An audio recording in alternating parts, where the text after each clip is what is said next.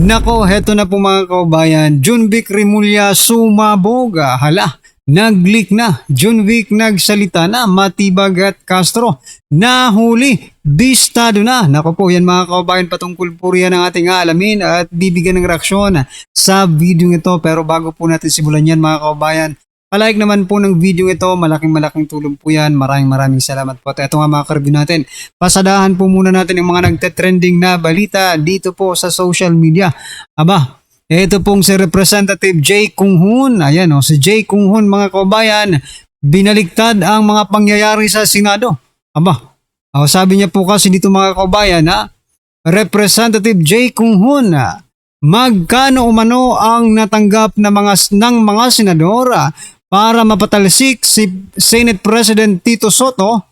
Ano ang mga ipinangako? Aba, yan mga kabayan Kung ako ang senador dito mga kabayan, baka sabihin ko dito sa pinaggagawa ni Soto na bilang Senate President, hindi na kailangan bayaran pa ang mga senador para bumoto na i-impeach, no? Na palitan si Soto mga kabayan. Dahil mismo, kung ako po ang senador, for example, ay magkukusang loob ako na bumoto ng yes, napalitan ang liderato ni Soto. Wala namang nangyayari sa mga pinagagagawa nila, di ba? Kung for example na lang mga kabayan, ikaw po ang senador, kailangan ka pa bang bayaran para ipalitan itong si Soto mga kabayan? I think parehas po tayo ng iniisip. Hindi na po kailangan. Representative Jay Kung-hoon, hindi na po kailangan. Okay? Pero teka lang, bakit ka nagsasalita ng ganyan? May ebidensya ka ba na yung mga majority ngayon ay mga bayaran? Diba? Posible pa yung mga minority bayaran, pero yung mga majority na mga senador ngayon, mga kabayan, no? Senator Robin Padilla, Marcoleta, sino pa? Bato. Sino pa po? Di ba? Cayetano, Villar. Sa palagay mo ba, mababayaran ang mga yan, mga kaubayan? Anyway, ito pong naging opinion ng ating mga kaubayan patungkol dyan. Sabi po dito ni Ellen na tanggapin ang katotohanan, nakatakda ang pahina para sa pagbabago. Huwag manghusga. Kaming mga nag-aantay ng katotohanan na walang paniniwala sa sinasabi mo. Gusto namin ang nangyari, tanggapin na lang at suportahan. God bless Sen Cayetano. Gabayan po siya ng Lord. Ayan, tanggapin nyo na lang kasi dyan sa House of Representatives, no? Na nagbago or nabago ang liderato. Kasi expected na ng diba? Expected na po ng House of Representatives na talagang magtatagumpay sila na ma-impeach talaga si BP Sara hanggang sa Senado. May nangyari po mga kababayan, no? Sabi nga po ng iba this is ang tawag nila dito, intervention na po ito ng Panginoon mga kababayan. This is God intervention para itama ang landas ng ating bansa mga kababayan, di ba? Sabi po dito ni Ruben, palagay ko walang money involves, just integrity and political well-being for the good of the country and to minimize corruption in the government. Correct. Ako naniniwala rin ako walang corruption mga kababayan. Alam niyo kung bakit nasasabi po nito ni Kung-hoon mga karibin natin? Bakit niya ito nasabi? Isa lang po ang nakikita ko dito. Dahil sila sa House of Representatives, lalo na po itong si Kung-hoon, ay sanay po sa bayaran. Diba? Sa mga ganyang transaksyon. Kaya bigla niyang naisip, nabayaran ang mga yan. Kasi tulad rin namin yan, mga bayaran. Well, anyway, hindi po sila katulad ninyo, Kung-hoon, no? Kayo lang po ang mga bayaran. Mga buhaya dyan sa House of Representatives, diba? Sabihin ni Kung-hoon, ikaw, paano mo nasabi na bayaran kami? Yung mga mali-malitang dinideliver, kanino mapupunta yun, mga kaubayan? Diba? Yun pa lang, ebidensya na yun, talagang binabayaran kayo. Yung 2024 pa, 2025, diba, na umamin, maraming congressman pong umamin na nakatanggap nga sila ng mga financial assistance simula nang bumoto po sila ng yes, no, to impeach BP Sara. O, yan pa lang, sabi natin, bayad talaga kayo. Alright? Anyway, ano po ang inyong opinion dyan mga kababayan? Just comment down below. At eto mga ka-review natin. Sa kabila po mga kababayan ng nangyaring kaguluhan dyan sa Senado, eto ang maganda. Sa kabila po ng masamang nangyari sa Senado, mayroon din pong mabuting nangyari dito sa Supreme Court. O, ito po mga kababayan. O. Sabi po kasi dito mga ka-review natin sa Manila Times, okay? Court to Senate, comment on petition versus Blue Ribbon. Ayan na. Ito po yun mga kababayan. The Supreme Court has ordered the Senate to comment within 15 days on a petition challenging the Blue Ribbon Committee's handling of the draft flood control investigation report. Ayan na, pinagko-komento na sila mga kababayan. Pinagko-komento na po ng Supreme Court. Ayan mga kababayan. Akala nyo nakalimutan na yung flood control Akala nyo siguro nakalimutan nyo yung flood control. O ito, pinagko-komento na. Paano ba yan? Diba? Ang Blue Ribbon po ay sa panahon pa po yan ni kung hindi pa kasi napapalitan yata no? O si Lacson pa mga kababayan. Kailangan magkomento kayo ni Lacson. Diba? Patungkol dyan sa draft report na yan. O, pagkatapos niyan mga kababayan, pagpalpak po yung report nila, pwede na. Kahit hindi palpak, kahit mapalpak man o hindi yung report ni Lacson, kailangan na po siyang palitan dyan sa Blue Ribbon Committee. Kailangan pong maupo si Senator Rodante Marcoleta mga kababayan. Yan po ang ating inaasahan. Alright? Ito pong naging komento ng ating mga kababayan patungkol dyan. Sabi po dito, Soto with NBI agents. Ayan mga ahente pala ito ng NBI. Tingnan nyo mga kababayan. Okay? Sabi po dito ni Corazon, paspase, nag-imbestigar ng flood control. Correct. Diba? Ang hina-hina ng ninyo, diskarte ninyo pagdating sa flood control. Diba? Sabi po dito, sana malaman ang totoong mastermind. Sabi po ni Perla. Sabi po dito ni Vilma, Pinky, comment ka na sa Supreme Court para malaman namin. Correct. Diba? Magkakaalaman na mga kababayan kung sino po ba ang nagsasabi ng katotohanan at kung sino po ba ang nagsasabi ng kasinungalingan. Actually, diba? Diyan po sa report ni Lacson, sa partial report ni Lacson about sa flood control, walang pumipirma. Ang balita nga natin, mas marami pa po ang pumirma doon sa minority report ng minority block noon na sina Senator Marcoleta at Senator Amy Marcos, di ba? Di ba naalala nyo, may minority report po? Mas marami pa pong naniniwala doon sa minority report kaysa po dito sa totoong BRC na ito ni Lacson mga kababayan. Anyway, speaking of flood control mga kababayan, speaking of flood control, binaha pala dyan sa no? Wala pong bagyo mga kababayan pero baha na po sa Metro Manila. Ito pakinggan po natin to mga kababayan Umaalon na rito sa Lex po, umaalon na. Puta kakaiba umaalon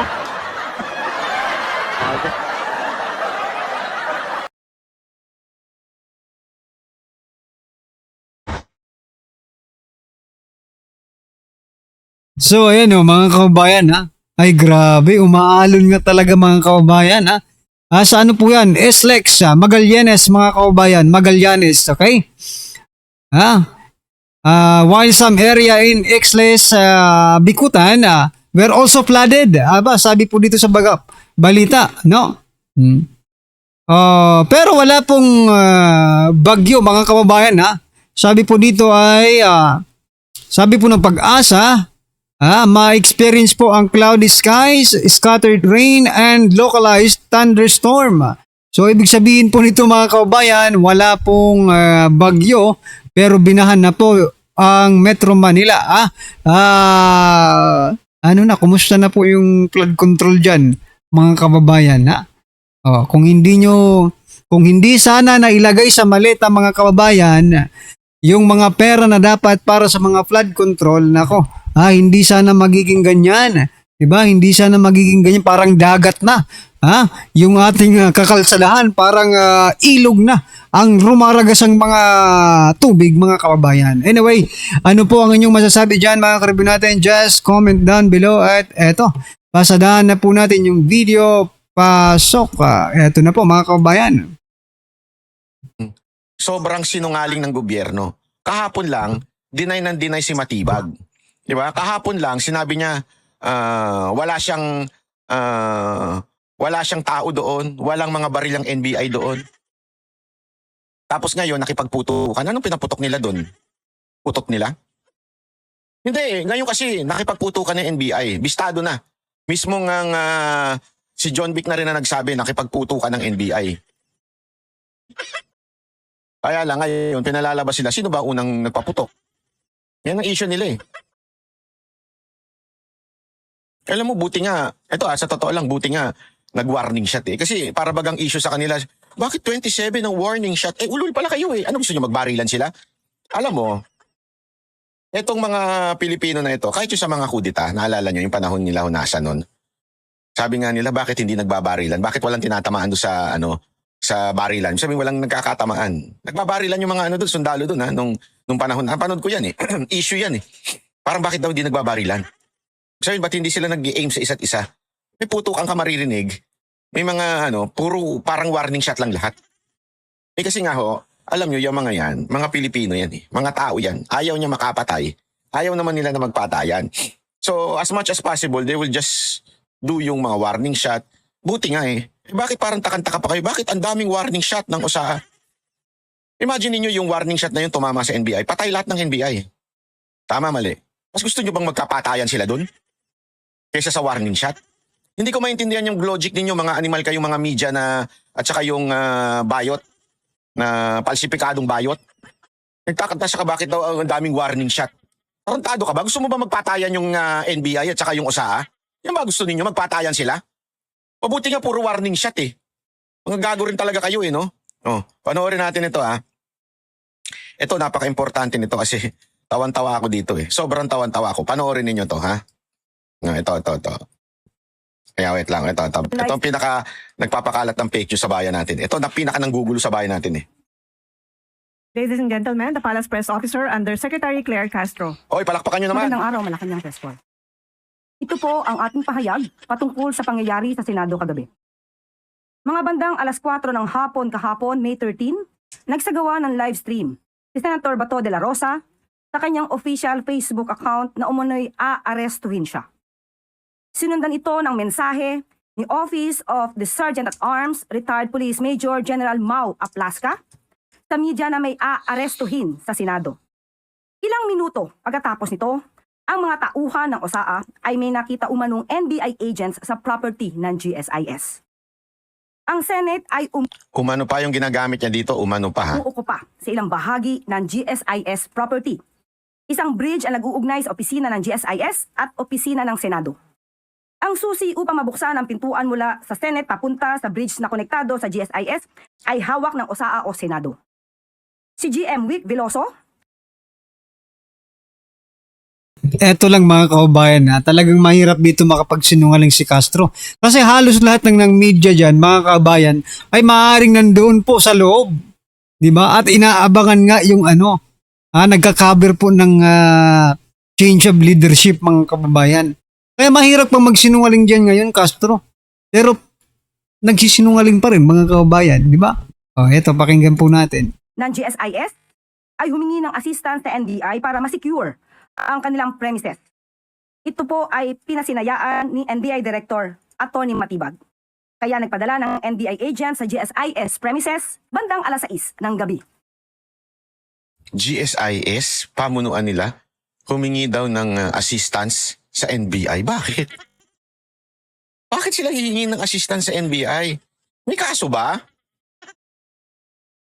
Hindi, kasi that is so weird. Kung hihingi ka ng assistance sa police, kunwari may gulo o merong danger, di ba? Hihingi ka sa police, hindi sa NBI. Ang NBI, hindi naman po yan gumagawa ng pagbabantay, pagsisecure.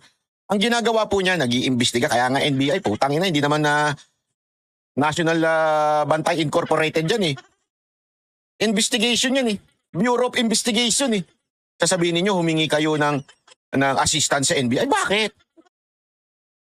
Ay, nang kasinungalingan yan. Pero syempre, wala tayong magagawa. Kontrolado nila yan eh. Pinagbigyan ito ng NBI at sa puntong ito gusto nating linawin. Una, walang assault na ginawa ang NBI agents sa Senado. At pangalawa, walang operasyon ang NBI o PNP na arestuhin si Senator Bato. Pero bago nito, noong nakita ng OSAA na mayroong NBI agent sa GSIS, katabi ng Blue Guard, nakita na agad na naka-gear up ang OSAA. Nag-vest at naghanda sa isang operasyon. Pagdating sa bridge sa GSIS premises, tinanong ng OSAA ang NBI agent na nakaupo, lamang kasama nga ang isang Blue Guard ng GSIS. Nagpakilala na NBI agents at nung nagsabi sila ng kanilang pagkakakilanlan, agad nagpaputok ng warning shot si Sergeant at Arms. Ganito kasama ang gobyerno natin, ano? Mantakin mo, yung mga OSAA na ginagawa nila yung trabaho nila na bantayan ng Senado, kung ano-ano ang ibibintang na kesyo, nagpaputok daw ang OSAA na una. Pero di ba mga kaubayan, hindi naman po ganun ang nangyari. Hindi naman po ganun ang nangyari mga kaubayan. Sabi po ni OSAA Chief Plaska, hindi sumasagot yung NBI mga kaubayan at ayaw nilang ibaba ang kanilang mga baril. Bagkos ay ito pa ay umaksyon mga kaubayan na talagang papasukin nila. Diba? Kaya doon nag-warning shot. Ibang kwento nila ni iba po ang kwento dito ni Castro sa kwento po ni Chief Plaska. Ng USAA Chief, di ba mga Plaska, di ba? Iba po yung kwento niya dito mga kaubayan, nakakaya. Para bang nakita daw niya yung isang tao doon, wala namang hawak na armas, katabi ng Blue Guard, yung sabihin yung security guard, katabi. Bigla na lang, anong ginagawa mo dito? Biglang, pratatatat, ano yun? Ano ka na kasinungalingan, hayop? At si yun yung general, 3-star general. Retired. Siya yung head ng OSAA. Kilala ko ho yan, mapakabait na tao ho yan. I mean, napaka-professional na tao yan. Hindi ko yung sinasabing kilalang kilala. Ibig sabihin, kilala ko sa social media yan, nakikita natin sa umasta yan sa Senado. Hindi ho yan power tripper. Oo, may mga power tripper na ilang nasa authority. Minsan kahit nga security guard, power tripper eh. Akala mo kung sino umasta eh. Ito, napaka-humble nitong tao na ito. Tapos bigla may nakita lang siyang tao. Ano ginagawa mo dyan? NBI ka? Ganun? Ganitong klase merong gobyerno tayo. Napakasinungaling. Di ba? Napakasinungaling po. Mau Aplaska. At dahil So ayan mga kabayan, wag na po natin tapusin kasi puro naman kasinungalingan ang pinagsasabi ng inayupak na ito. No? Ay, ewan ko lang kung yung mga reporter dyan maniniwala kay Castro, no? Kasi mismo sila po ang nakasaksi mga kabayan sa mga nangyari doon. Tapos magmamangmangan pa kayo hindi nyo alam. Suplakin nyo yan. Suplakin nyo yung si Castro na yan para madala naman, 'di ba? Pasinungalingan niyo yung sinasabi niya mga reporter. Huwag niyo i-absorb, 'di ba? Huwag niyo i-absorb yung mga sinasabi niya. Kasi mali na nga pag inabsorb niyo pa, lalo niyong ginagawang mali ang isang mali. Itama niyo naman si Castro for Diyos, 'di ba? For Diyos, for Santo, mga kababayan. Kayong mga reporter ang nakasaksi doon, 'di ba? Ano man ang sinasabi diyan ni Castro ay kasinungalingan. Pakitama naman po mga reporter. Kasi kapag i-absorb nyo ang isang mali, dadami kayong mali. Anyway, ano po ang inyong opinion, reaction patungkol po dyan mga kabayan, just comment down below. At syempre, huwag mong kalimutang i-like ang video ito. Malaking tulong po yan. Maraming salamat po.